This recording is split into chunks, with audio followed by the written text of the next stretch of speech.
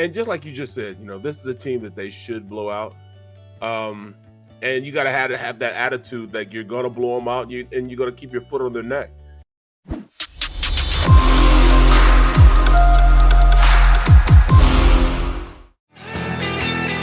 got the Birds 365 duo of Mac, Jody McDonald, and the Big B, Barrett Brooks. Hey, man, Barrett. Morning, man. Morning. How's it going, man?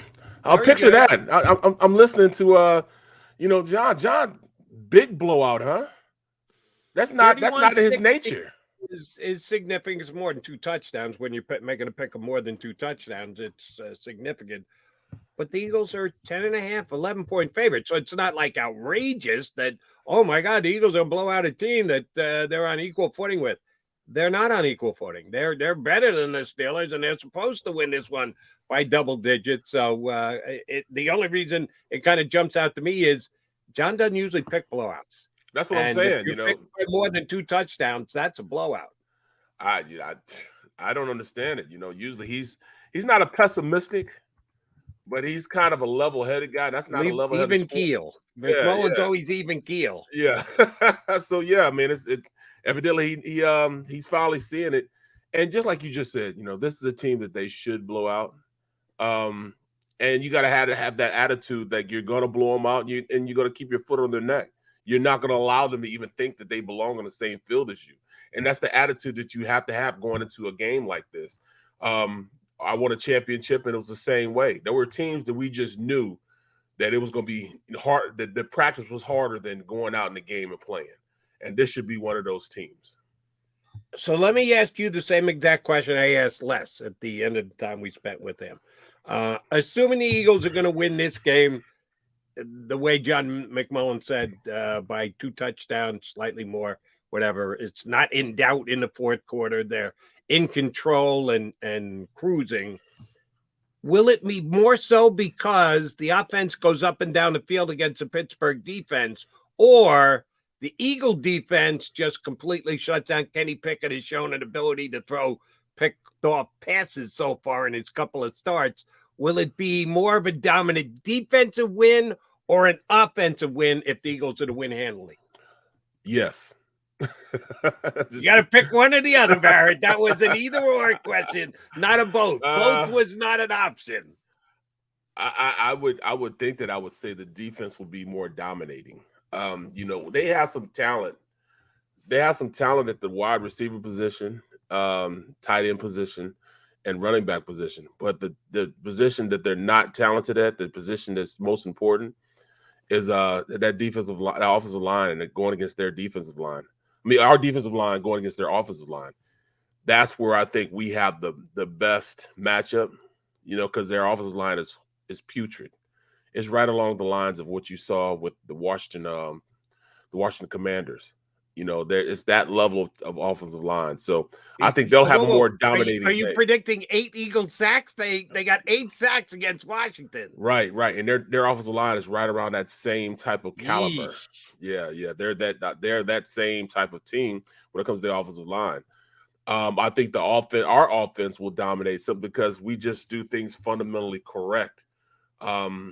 We almost over correct everything we go into it with. If we want to make sure that we give Dallas Goedert a great day, that's what they do. They set their eyes on it, and that's what they do. If they want to make sure Smitty gets a great day, they make sure they do that.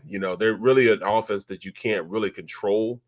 They control you, and that's the way it should be when you're playing against a team that's not very good. So they should roll up and down the field on this team.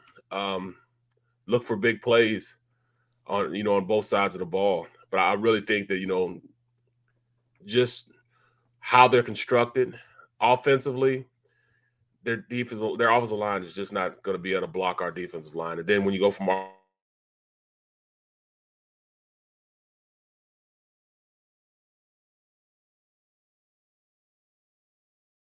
I said Alonzo. Highsmith is a good player. Mika Fitzpatrick is a good player. Hayward's a good player. They do have some good players sprinkled out through that defense that can make a play or two. I just think that our defensive line will make a whole lot of plays against their offensive line. And Barrett Brooks with no offensive line play as well as anybody else. So I'm going to turn around and therefore ask you about Robert Quinn on the other side. Guys like Robert Quinn, you have to go against when you were in the league. Guys with tremendous burst off the outside edge, a lot of quickness. How is his quickness, his veteran knowledge going to play as an addition to the Eagle defensive line? I tell you what, this is I equate this to a Chris Long type of situation that we had back in 2017. He was able to go in on pass rushing downs, a pass rushing specialist, and really make some hay rushing the passer. You look at the Minnesota game, the NFC Championship game. He was effective. He went out there and influenced the pick that led to a touchdown. He was a guy that he could mix it up, and put a lot of pressure on quarterbacks. I kind of see the same thing with Quinn, even though Quinn's a little older. Quinn can still rush the passer. You talk about what player is he? Is he the player from 2 years ago when he had 18 and a half sacks, or is it a year ago, or is it the player we saw this year when he only had 1 sack? I think there's more so 2 factors that come with that. He had one of the best Khalil Mack type of players. He had Khalil Mack there when he had the 18 and a half sacks, so you're going to get the double team going over the Khalil Mack. This year, he didn't have Khalil Mack. He didn't have anybody that could be the yin to his yang, the Batman to his Robin. So he was getting the double team. He was getting the protection slid to him. So he was the horse that they wanted to stop, and that's what they did. So here, it'll be likely the same situation as the last year for him, because, pick your poison as offense coordinator. Do you go out there and send a double team or slide the protection to him, or do you leave Hassan Reddick wide open, or do you not allocate blocking to Fletcher Cox or Hargrave? That you really had to pick your poison. What do you want to stop? Who do you want to stop? And we'll stop him and try to contain the rest. And I think it's just too hard to contain all 4 of those guys at one time, or even all 5 of those guys at one time when they get into their bear front, the Navajo front, the 50 front that we always talk about. So imagine that, having that 50 front, you got Davis right over the nose, Hargrave and Cox over the 2 guards. And then on the outside, you got Quinn and Hassan Reddick coming off the edges.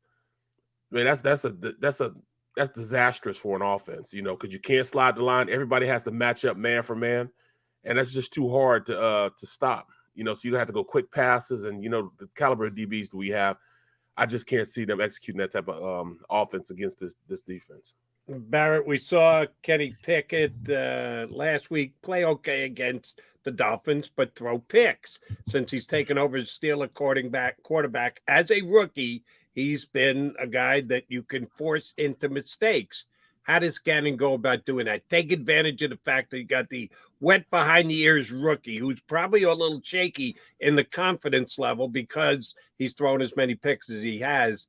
Do you do it by going all out and blitzing? Do you do it by, hey, we just had Robert Quinn, our front 4 is good enough, we're going to get there without him. We'll sit in our zone and just wait for him to make a mistake and pick him off. What do you think? How do you think Gannon plays a rookie quarterback on the other side this week? I still think that he heats him up. I still think he's going to blitz him. You just take advantage of the situation. It'll be a learning experience for this defense. He's going to see what he can do, especially with the new player that he has here, a new toy. He should go out there and heat this rookie up. Yes, he can play them man for man, sit back in zone and have his front 4 rush. But why? Go ahead and let him know from the beginning, this is not your day. This won't be your day, and you won't have a snowball's chance in hell of doing anything to this defense. We're going to totally and utterly destroy you. And that's the type of attitude that this team has to have if they have championship aspirations. You got to know that you shouldn't be on the same field with me. So they must go out there and execute a game plan accordingly. We'll see if that's exactly the way the game plan goes. Do want to get your thoughts, because we're going to have my buddy Andrew Filipponi from 93.7 The Fan in Pittsburgh jump in and give us some Steeler insight. This weekend, NFC East, Eagles are 6-0, but they haven't run away and hid from the division because the Giants are 6-1 and the Cowboys are 5-2. They do have a win over the Cowboys already. We know that. So it's 2.5 games back. Giants are only a half game back because they haven't had their bye yet. Giants in Seattle this week against the Seahawks as an underdog. And oh, by the way, the Giants have already won as an underdog a couple times this year. Right. and the Cowboys at home against the Bears, who looked much better in their last game, lighting up the Patriots. How's the NFC East go the rest of this week? I tell you what, both games giving a game back. Neither team giving a game back. How do you think Cowboys and Giants do? I don't think they give a game back. They're just fundamentally sound too. They play the game with aggressive defense, very, very aggressive defense. Guys fly around, guys will go out there and they play hard, and that's why defensively they don't give up a lot of points. Offensively, they just run the ball. I mean, you have the best running back in the league, or one of the best running backs in the league, and Saquon does it all for him. He plays wildcat quarterback. He's catching the ball better.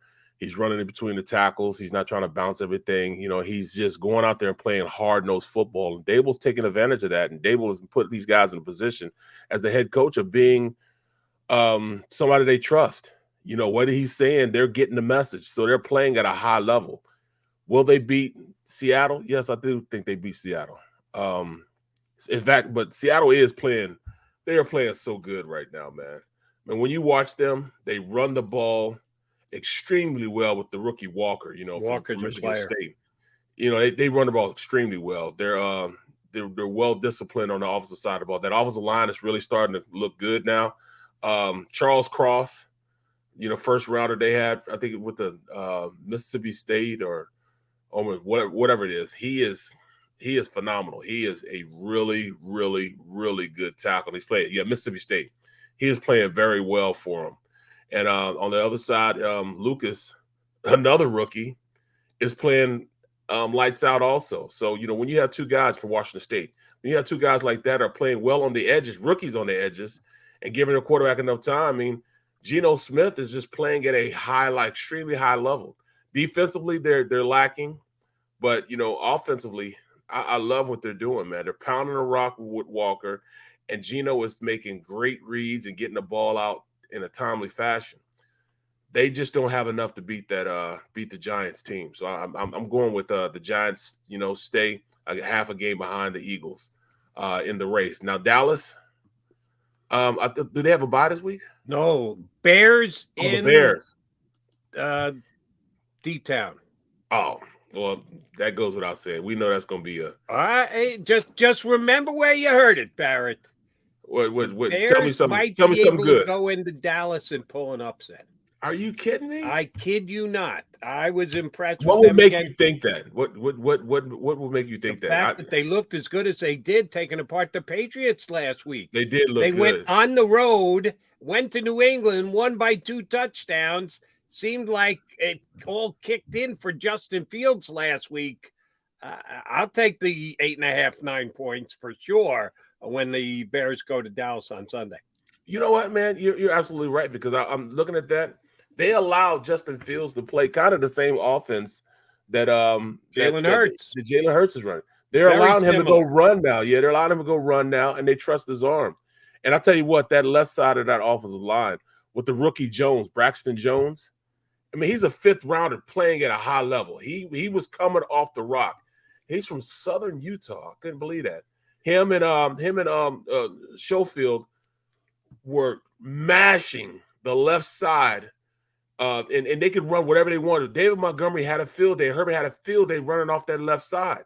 They were pounding the rock, and you could see the angst and you can see how pissed off Belichick was while they were doing it, because there was nothing he could do. He even sent blitzes from that side, and they were still mashing them. And the running back would get stopped in the backfield, and all of a sudden he squared out for another 5-6 yards. He was so mad. You could say he was so pissed off because he couldn't stop the run, and they beat him up front. So, you know what? They have a problem with stopping the run. You might be right, man. You might be right. The only place you're going to get Braxton Jones, 5th round draft pick love is from Barrett Brooks right here on the JAKIB Media YouTube channel. Be it either with me on Birds 365 or later in the day. Barrett always knows the best offensive line play in the National Football League. All right, both Barrett and I agree. Steelers' offensive line is nothing to write home about, and that's one of the reasons why we think the Eagles should be successful against the Steelers coming up on Sunday. But maybe we've got a little bit of a Philly slant here. So we like to bring in somebody from behind enemy lines. Andrew Filipponi's a buddy. He works on CBS Sports Radio on the weekend, same as I. He hosts a daily show, Afternoon Drive, in Pittsburgh on 93.7 The Fan. You may even see him on FanDuel TV if you're like me, a horse racing degenerate. FanDuel brought out TVG, so they drop in Kay Adams and picks on games all day long around their horse racing coverage. Oh, they tap in Andrew Filipponi to give you information and insight on the games being played. We only care about one game with Andrew this week.